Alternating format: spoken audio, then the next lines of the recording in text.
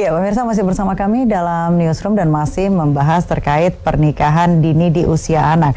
Bu, kalau kita melihat zaman sekarang ini banyak informasi-informasi yang masuk baik dari internet, film, lagu dan sebagainya begitu.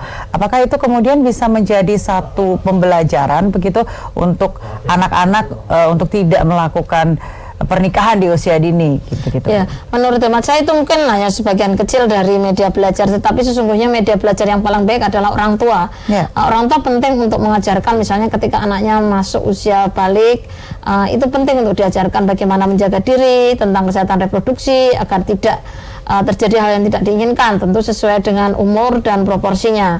Karena ini menjadi catatan penting kalau misalnya orang tua kan memang tidak bisa mengawasi anak 24 jam, tapi bagaimana menanamkan nilai-nilai itu. Kalau kemudian temannya nawarin gambar-gambar yang tidak, itu seperti apa? Karena ini kan masa remaja, itu kan bagian dari pendidikan orang tua kepada anak gitu ya. Saya kira ini juga meskipun Kominfo sudah menutup banyak akun-akun, tetapi ternyata anak zaman sekarang juga punya banyak cara juga untuk mencari hal seperti itu. Ini yang menurut saya bekal dari orang tua. Saya kira guru di sekolah juga bisa memberikan tambahan sehingga mereka juga punya pengetahuan yang baik tentang kesehatan reproduksi dan tidak terjebak pada pergaulan bebas begitu. Saya kira itu juga menjadi catatan penting.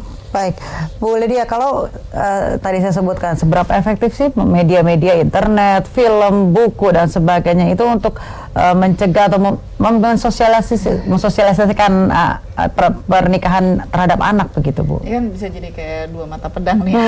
Begitu disosialisasikan salah, tergantung nanti pada siapa yang menggunakan. Baik. Ketika kita tidak punya literasi digital yang cukup baik, kita nggak punya filter tuh. Jadi apa aja masuk seolah-olah semua yang ada kita lihat adalah benar. Itu kalau kampanyenya negatif. Kalau kampanyenya positif kita bisa dapat semua. Tapi kalau kampanyenya negatif itu bisa fatal akibatnya. Dan misalnya dengan pornografi itu addictionnya luar biasa, jadi kecanduan. Nah, menurut saya ketika kemudian kita bicara tadi bersama-sama, memang orang tua perlu mendapatkan memberikan pendidikan yang baik, karena kita nggak punya sekolah buat jadi orang tua kan. Jadi memang pembekalan pranikah itu menjadi satu hal yang penting pertama. Kedua, juga sekolah juga harus punya kepedulian, bukan cuma akademis aja yang harus diperhatikan, tapi bagaimana kemudian keterampilan hidupnya. Pembekalan itu dasar pembekalan dengan dasar agama. Masing-masing agama pasti menjaga anak-anaknya kan untuk bisa kemudian tumbuh kembang dengan baik. Dan setelah itu juga pemerintah memberikan perlindungan. Jadi memang harus komprehensif. Gak bisa gini, ini salah orang tuanya sih nggak ngajarin gitu kan. Gak bisa cuma begitu.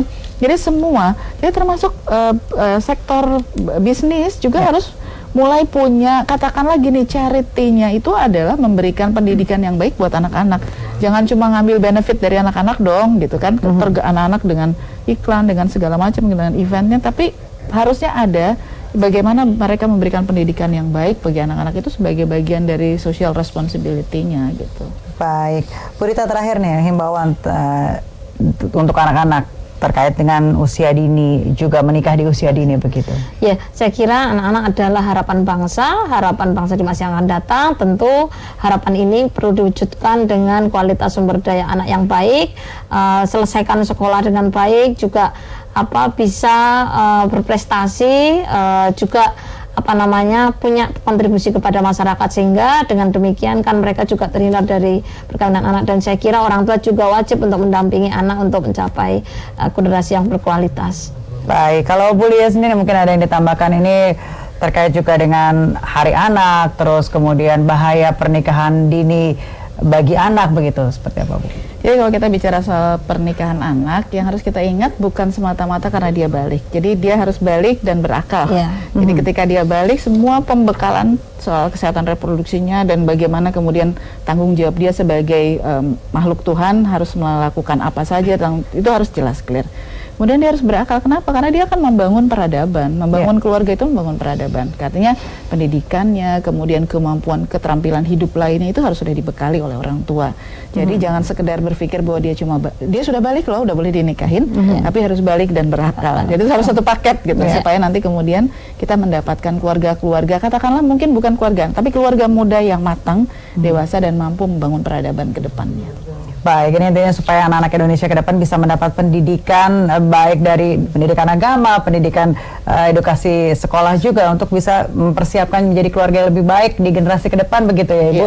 Ibu terima kasih atas waktunya bergabung bersama kami. Bu Lydia terima kasih atas waktunya bergabung bersama kami, dan pemirsa semoga apa yang kami perbincangan bisa berguna bagi Anda. Saya Ruth Maria Tiara pamit undur diri, sampai jumpa.